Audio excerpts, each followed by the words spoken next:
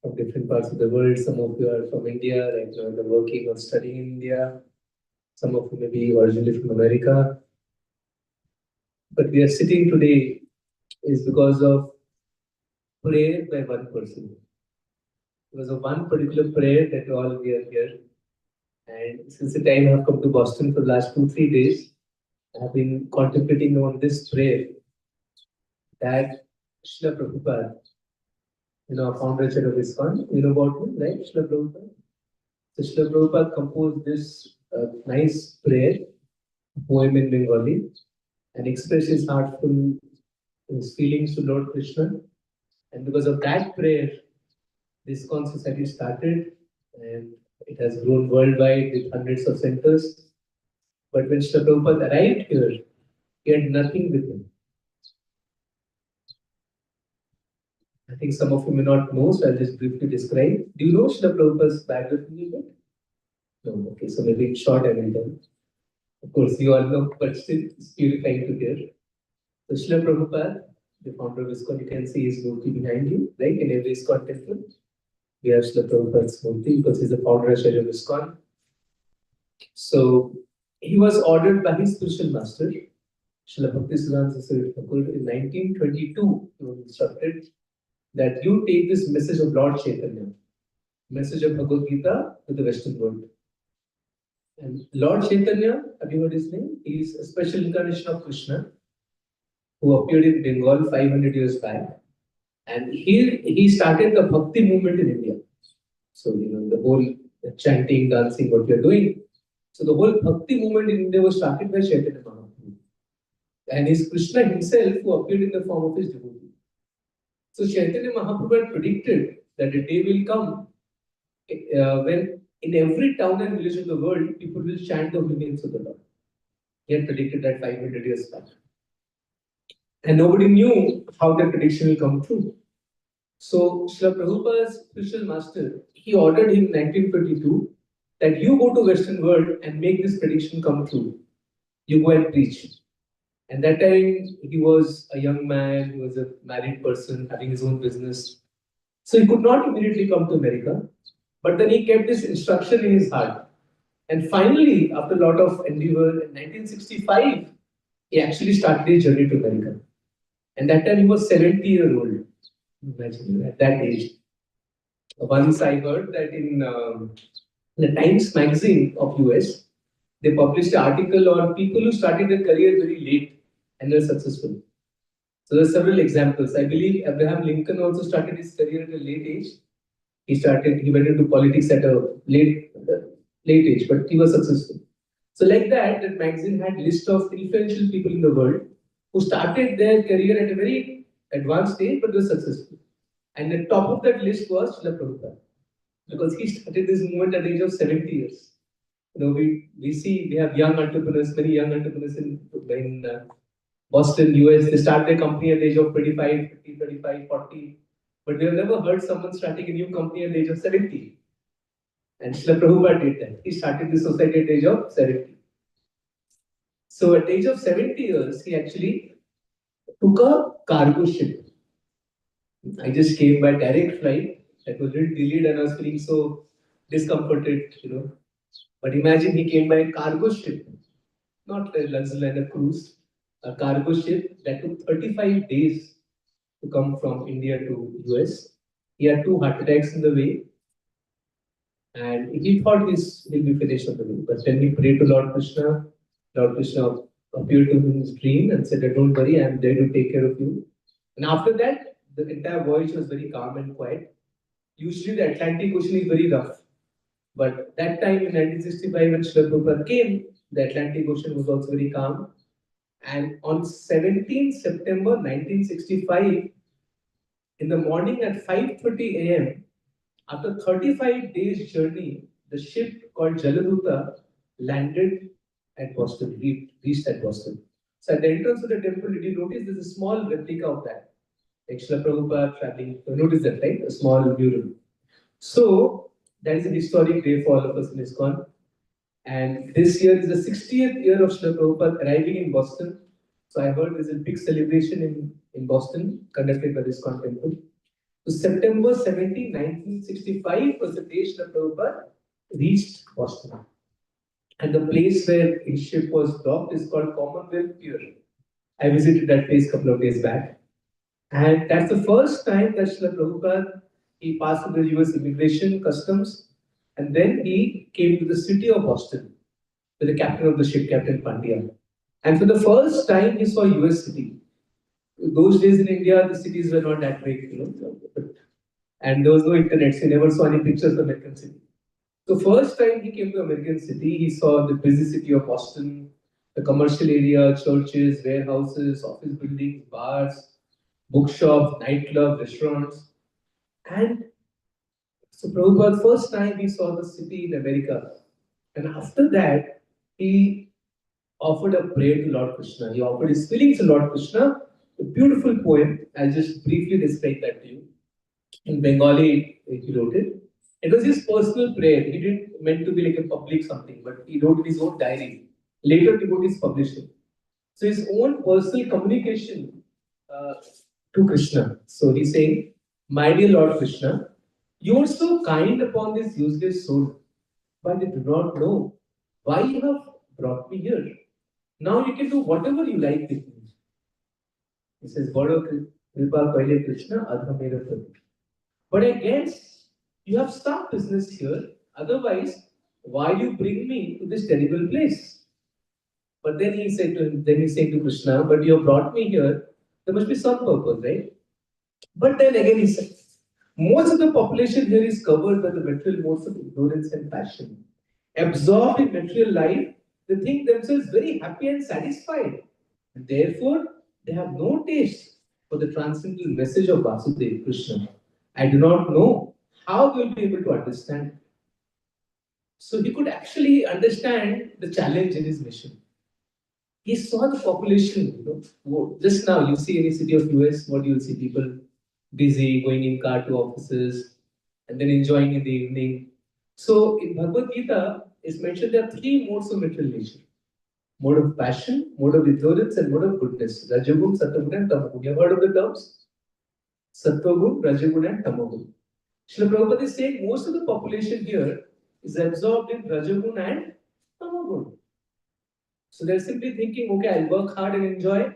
And how do they enjoy usually? By having non-veg, by drinking alcohol, by engaging in illicit relationship. And that is all mode of ignorance. So you work hard, earn money, that's mode of passion.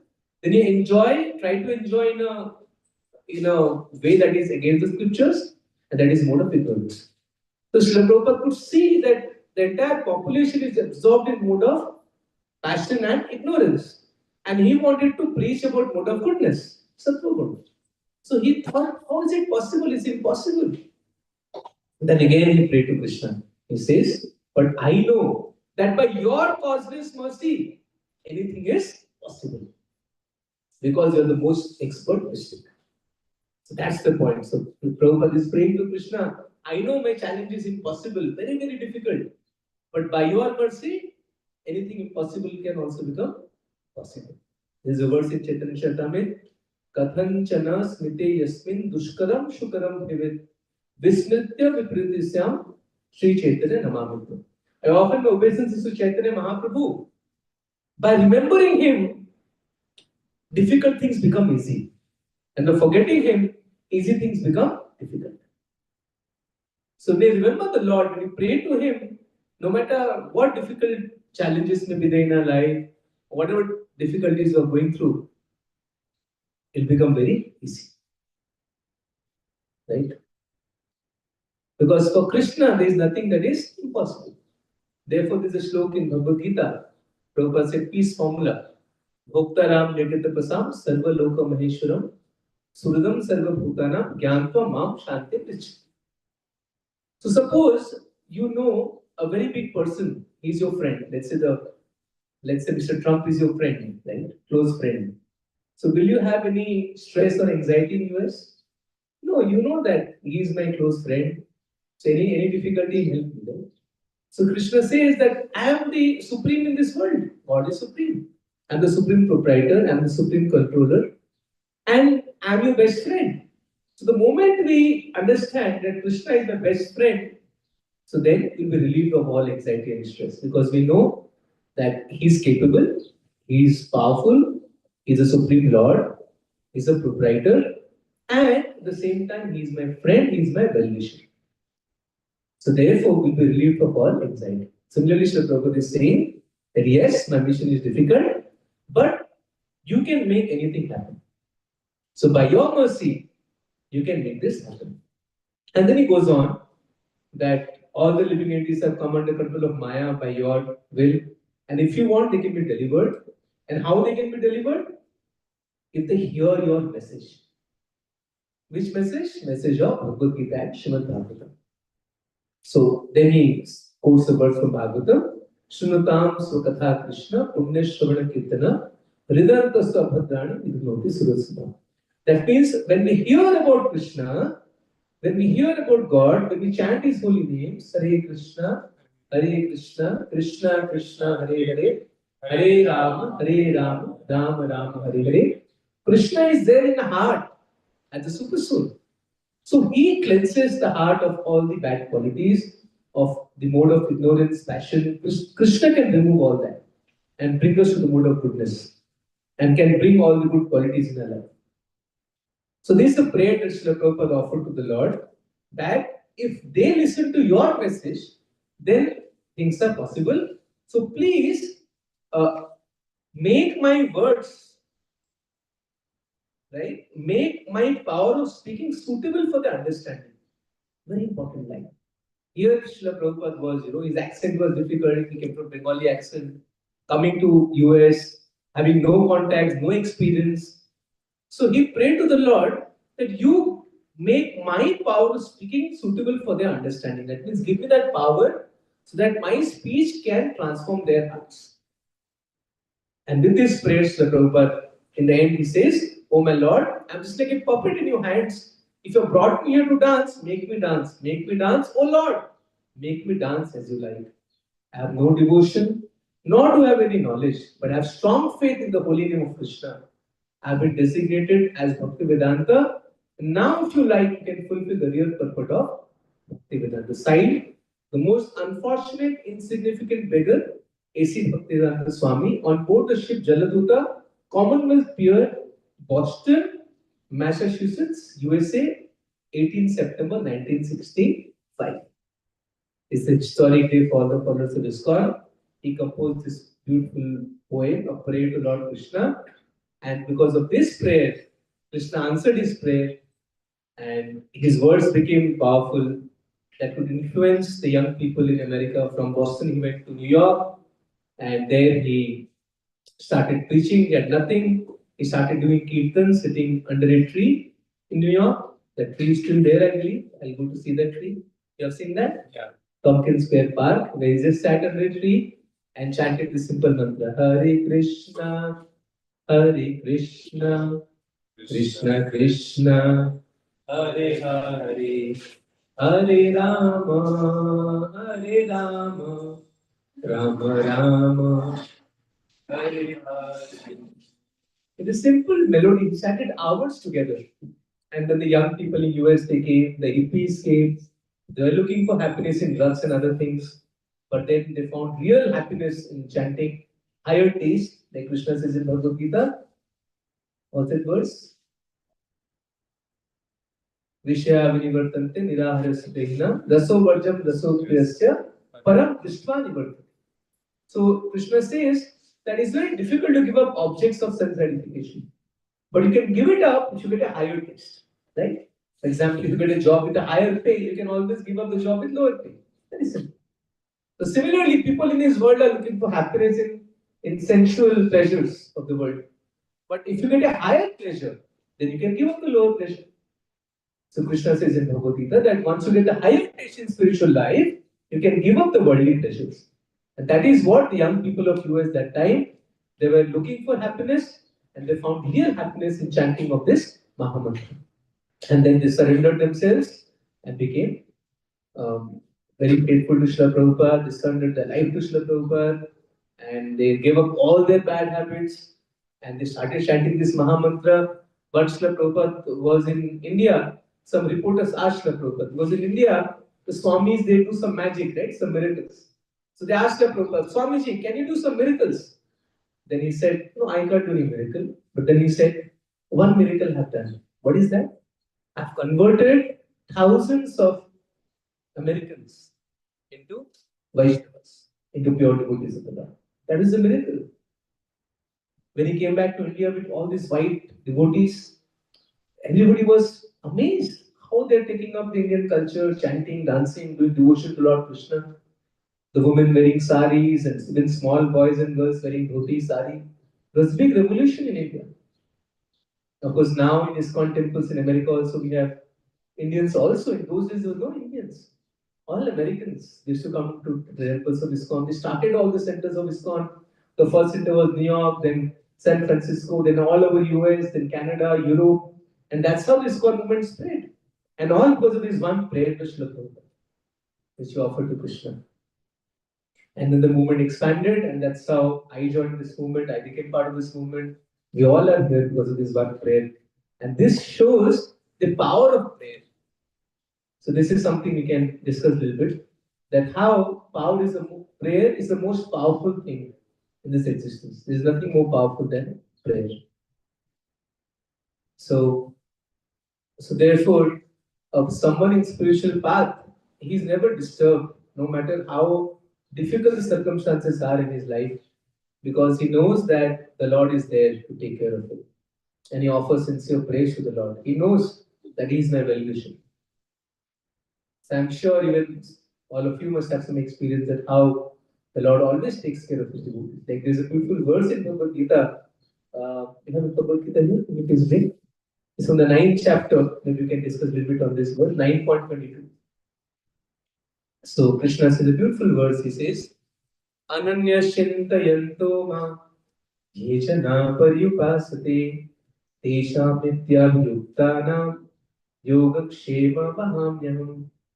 It's a nice verse. Once again, Ananya Shintayanto Ma Yejana Paryupasate Tesha Nityabhyuktana Yogakshema Mahamyam. You know this verse? Very nice. It's very nice. I can see some of you repeating this verse. So nice to see that. It's a very beautiful verse, 9th chapter. So the translation is as follows. But those who always worship me with exclusive devotion, meditating on my transcendental form, to them I carry what they lack and I preserve what they have. Once again. But those who always worship me, Krishna is saying, those who worship me with exclusive devotion, meditating on my transcendental form, to them I carry what they lack and I preserve what they have.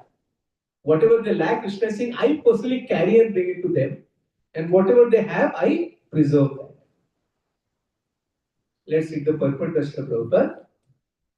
One who is unable to live for a moment without Krishna consciousness cannot but think of Krishna 24 hours a day, becoming engaged in devotional service by hearing, chanting, remembering, offering prayers, worshipping, serving the lotus feet of the Lord, rendering other services, cultivating friendship, and surrendering fully to the Lord. Such activities are all auspicious and full of spiritual potencies, which make the devotee perfect in self-realization, so that his only desire is to achieve the association of the Supreme Personality of Godhead. Such a devotee undoubtedly approaches the Lord without difficulty. This is called yoga. By the mercy of the Lord, such a devotee never comes back to this material condition of life. Kshema refers to the merciful protection of the Lord. The Lord helps the devotee to achieve Krishna consciousness by yoga. And when he becomes fully Krishna conscious, the Lord protects him from falling down to a miserable condition in life. So, yoga is a very popular term these days, right? So, what is yoga? Can someone say the definition of yoga? Union. Yeah, union. So, it's like union with whom? With Krishna. So, that's connecting with Lord. So, that's the meaning of yoga. So, now we have International Yoga Day observed all over the world, right? 21st June. Here also they had some programs in Boston. Yeah, I think so. Yeah. So, but people don't know that the meaning of yoga, of course, exercise is one part of it to keep the body fit. But we keep the body fit for what? To enjoy this world? No. The purpose of yoga is to connect with the Lord. That's the meaning of yoga. And Bhagavad Gita, Krishna talks about various yoga systems. Dhyan yoga, karma yoga, jnana yoga. But he says the topmost is bhakti yoga.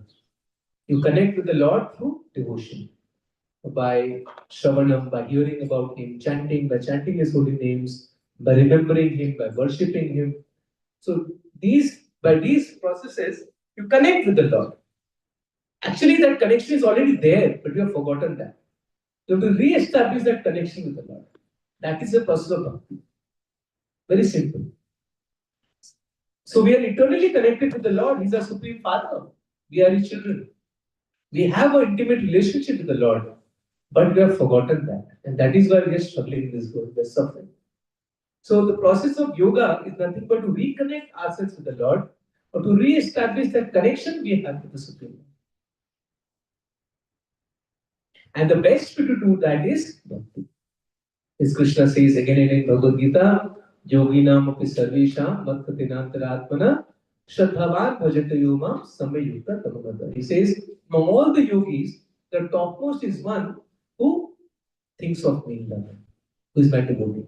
Same thing Krishna is saying in this verse, that if anyone thinks of me with devotion, then I always carry whatever he lacks and then preserve whatever he has. See, such a powerful statement.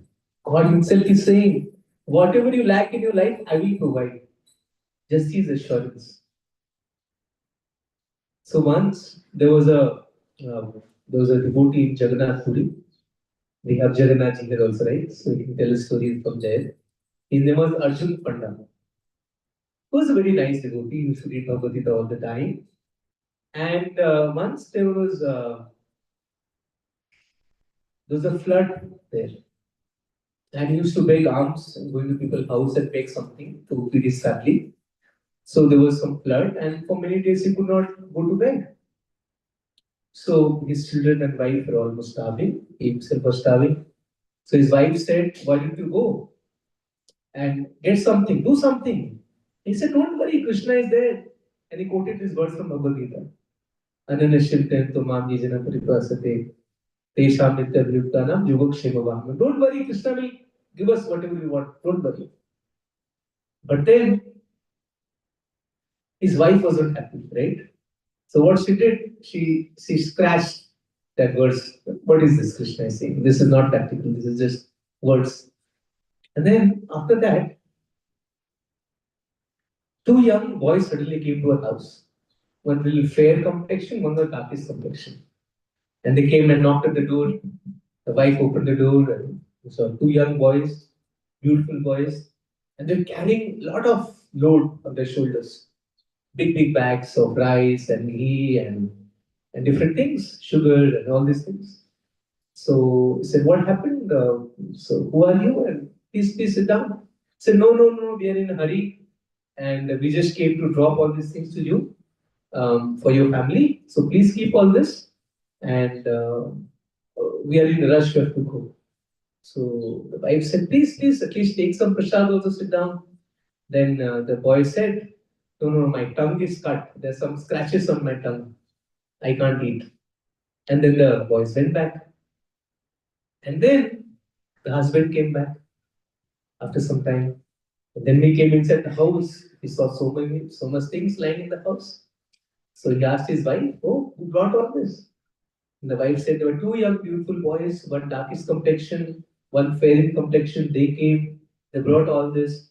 The husband said, "Okay, did you honor them? Did you feed them some prasad, something?" He said, No. They said that they have some scratches in their tongue. And then they went back. And Arjun Panda thought for a moment and he realized, wow, they were none other than Krishna and Balaram. Krishna was dark complexion, his brother Balaram white complexion. You'll see, right? Jagannath, Baladev on the right side. The two brothers. At the middle we have Subhadra, sister. So that's the only temple in the world where we have brother and sister. Where Krishna worshipped in that form. Usually we have Radha Krishna, Lakshmi Narayan. But that's the only temple where Krishna, Balaram and Subhadra in middle. Their sister. So Arjun Panda was in tears that the Lord Himself came.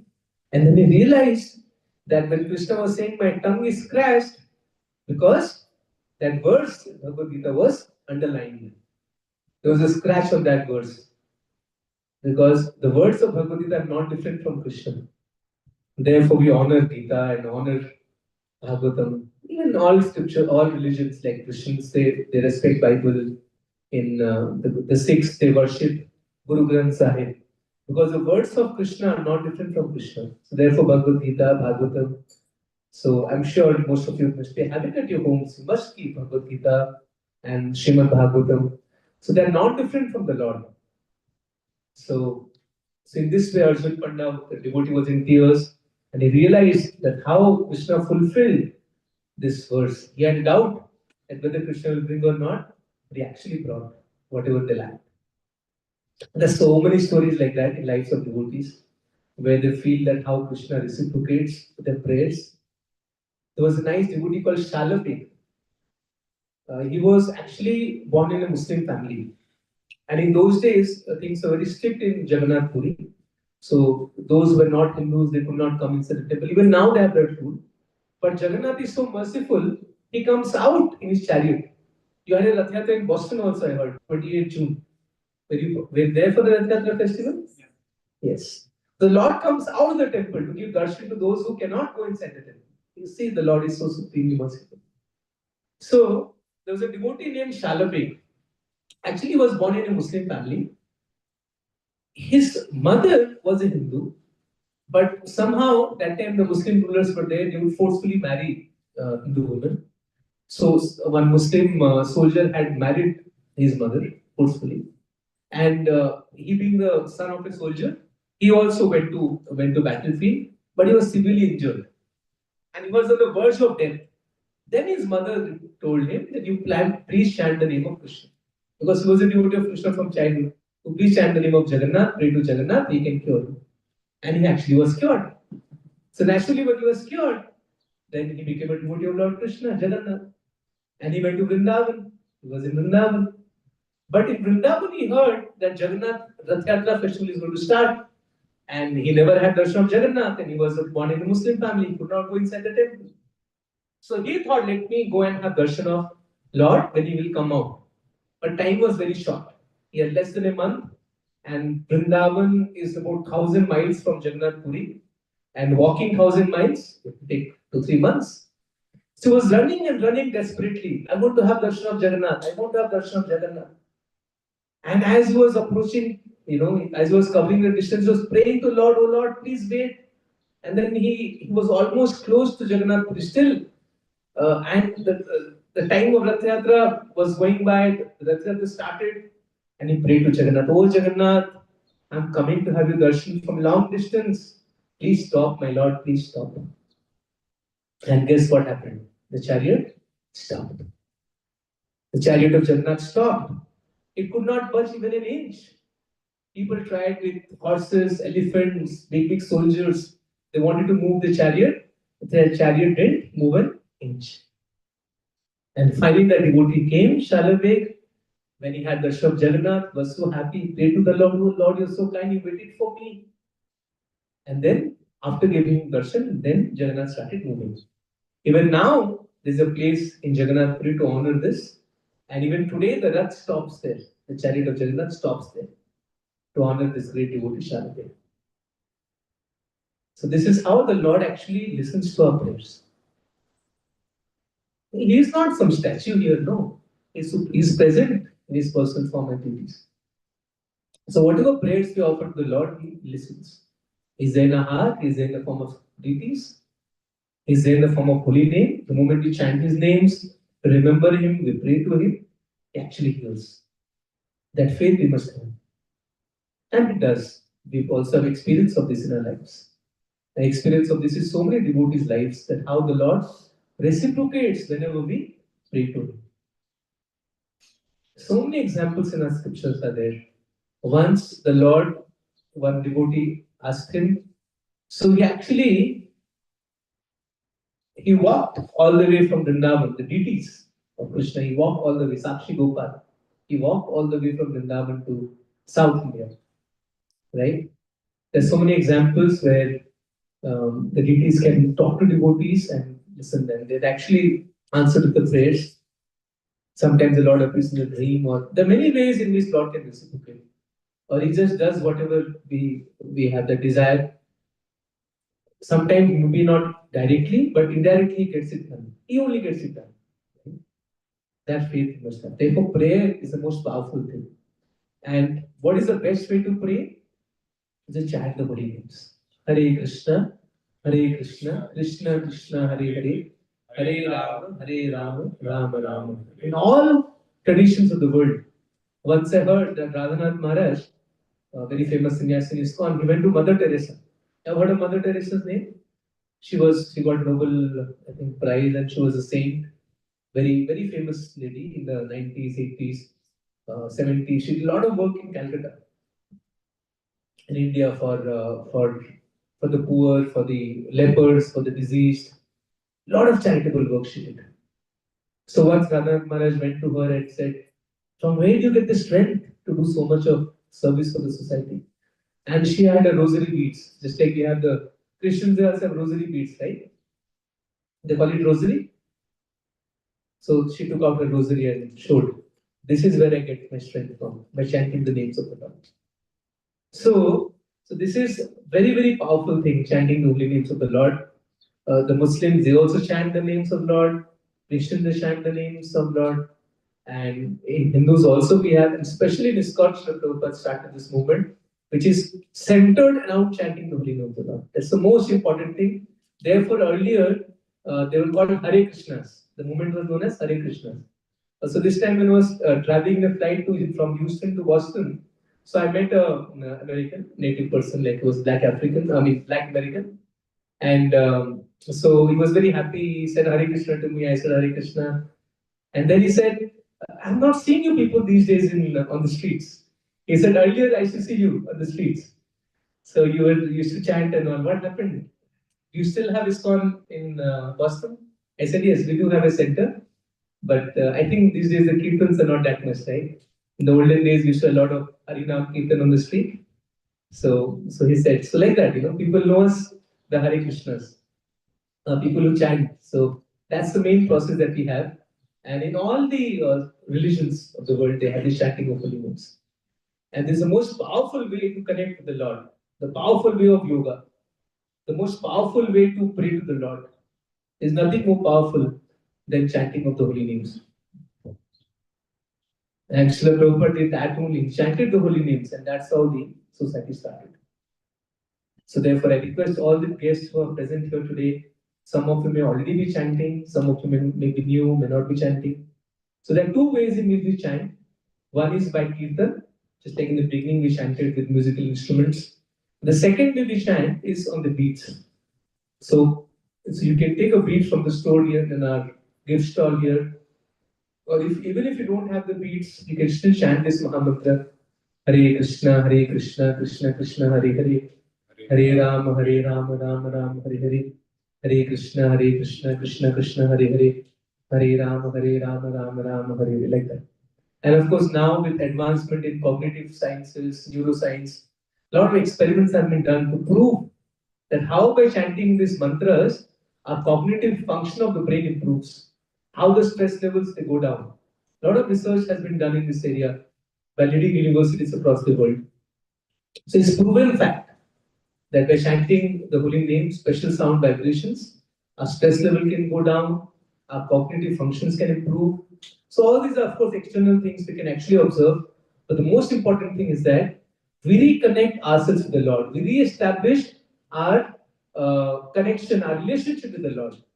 Krishna consciousness is there within us. Srila Prabhupada used to explain it's natural to us, but it's covered now. Just like you have a magnet and iron. So naturally the iron is attracted to the magnet. But if the iron has rust on top of it, right? It is rusted, then will the iron be attracted to the magnet? No. So we are like that. We are rusted condition now because of the contamination in this world. Otherwise, naturally the soul is attracted to Krishna. But because we're rusted condition, we are not attracted to him. So we chant the holy names. So this contamination from heart is removed. Cheto Darpana the rust is removed. And then naturally we'll be attracted to Krishna. Therefore, it's such a powerful thing to reawaken our original Krishna consciousness, which is hidden among all of us. It just has to be reawakened. Otherwise, how could Americans become Hare Krishnas? Because it's there within us. Devotion for Krishna is there. It just has to be reawakened. And that is done in the most powerful way by chanting the holy names. So once some reporters asked the Prabhupada, why you are here? Are you here to teach Hinduism? Or the Prabhupada said, no. I just want to teach people how they can come closer to God, how they can re-establish their connection with God. Doesn't matter whatever names of God they chant. I've come here to teach them the method by which they can develop love for God. Right? So this is the most powerful thing that we have, prayer or direct communication with the Lord. And the best way to do that is by chanting His holy names. Hare Krishna, Krishna Krishna, Hare Hare, Hare Rama, Rama Rama, Hare Hare. So we have about 5 minutes before we open the altar for Aarti. Is any questions or comments? Anything that I can take up?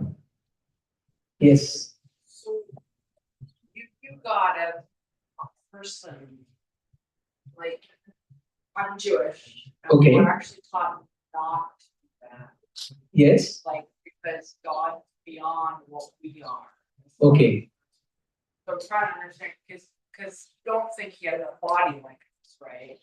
Like, how do you mean the person? Like, I don't understand. Okay, that's a very good question. In some religions, we say that we don't think of God as a person. Is that what they say?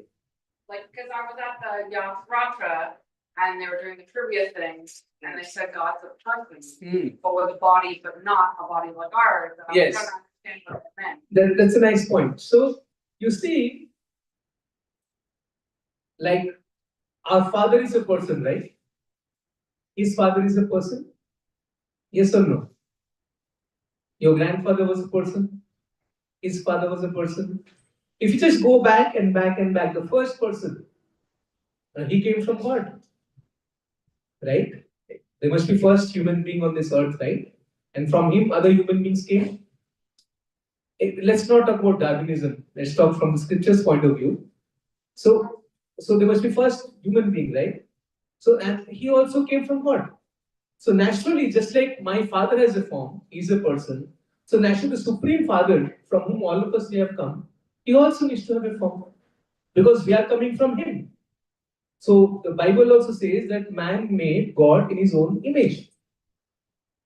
So it's not that God is like us, we are like God.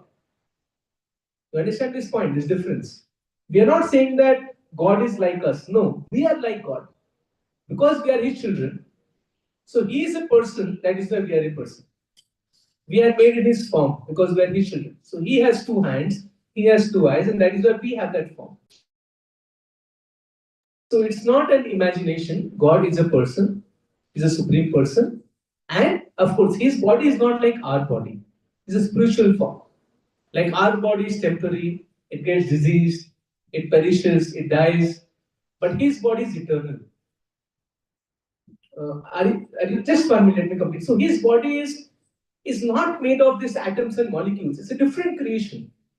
It's a different ontologically. It's a different creation of the Lord. It's not like matter. It's spiritual. Yes. Yes. Mm-hmm. It describes these things where Arjuna can't even handle it because there's like several arms and legs. Right. So it's completely different than what we actually even think of as a person.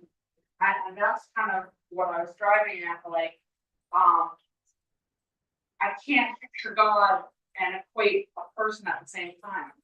Like I don't understand how you can say God is a person. That's a nice point. I'm not grasping the concept of God. Okay, let me explain. So did you read this Bhagavad Gita? Have you read it fully? Translation. I read that book as well. It's interesting. Okay, so you read the 11th chapter when he shows this universal form, the form that you're talking about, where he shows to Arjuna form with thousands of hands and faces. But at the end of that chapter, Arjuna prays to the Lord, "No, please show me your original form." And then Krishna again he comes back to his 200 form. That's the point. So he shows that this is the original form, the 200 form of the Lord, That's because Arjuna prays to the Lord, I'm scared looking at this form. You please show me your original form. And then Krishna turns back to his two-handed form. And he said, this is my original form. So that was just a form created by the Lord to explain Arjuna that how his power is everywhere. So please understand, like although God is, like suppose I am here. Now I am not in the second room because it's a material form. But the Lord's form is not like that. Although he's in one place, he's present throughout the creation. That is inconceivable. This is God. So he has one form, but he's not localized in that place. His presence is everywhere, omnipresent. He's omniscient, he knows everything. But still, he's a person, he has a form. That is the beauty, that's the teaching of Bhagavad Gita. That it teaches us that God is a supreme person, he has a form. At the same time, he's spread everywhere. That's inconceivable. How God can be at one place and also everywhere together. That's why he's God. We can't do like that. I'm here, I'm not in the next room. But the Supreme Lord has a form, but yet he's present everywhere. He's present in everyone's heart. He's present in every atom in his personal form. And also he's present in the form of truth. So it'll take some time, Please try to read a little bit more. Very nice that you're trying to understand. So read a little bit more and chant this mantra if you can, Hare Krishna mantra. And that will help you to actually understand that how Lord is a person. Right? And then, how can you love someone who's impersonal? Like to love someone, he has to be a person, right? Then only have relation with him. You can't have relation with power or energy. So love is always a relation between two people. Right? So Lord has to be a person. He needs to have personal features. So the Bhagavatam or Gita says, Lord has both the features. He has an impersonal feature, Brahman, by which he spread everywhere. That's his impersonal form. At the same time, he has a personal form. So we can relate to him in either of the forms. We have both the options in the teachings of the Vedas. So if you like, you can still believe that God is impersonal, but he's also has both the forms. He's impersonal also, he's a person also. But we can have that person relationship only in his personal form.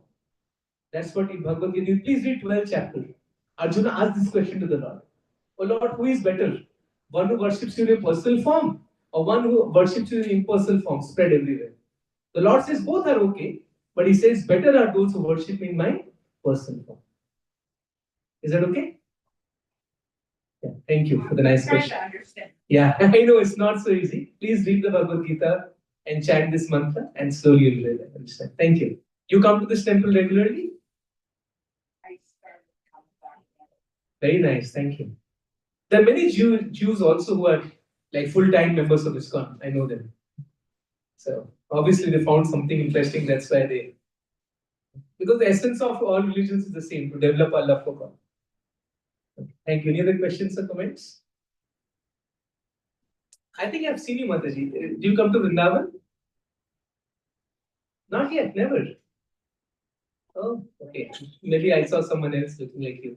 Never been to Vrindavan? Okay, please visit sometimes. Yeah. I come from a place known as Vrindavan. That's the birthplace of Lord Krishna, a very special holy place in India.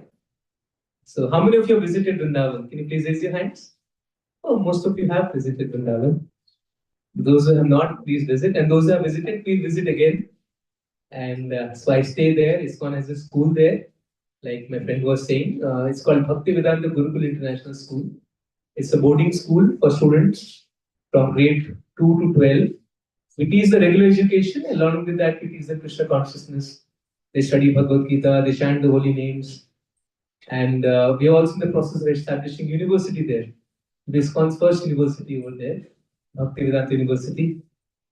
So, trying to fulfill. And this school was founded by Srila Prabhupada himself in Vrindavan in 1976.